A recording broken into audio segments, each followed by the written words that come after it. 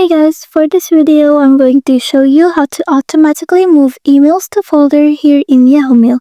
So first, you want to go ahead and create a new folder.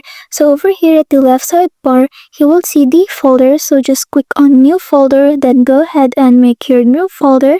And after you're done with that, you want to go to the settings over here at the top right corner. Then you're going to click on more settings. Then over here at the left side bar, click on filters. Then click on add new filters. Then you want to go ahead and make a name for your filter.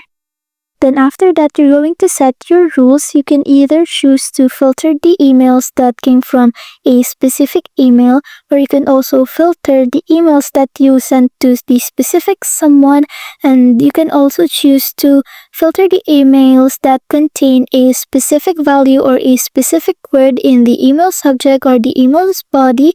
So just click on the select a filter criterion, then choose contains. Then you can go ahead and type your filter value, for example, promotions, like so.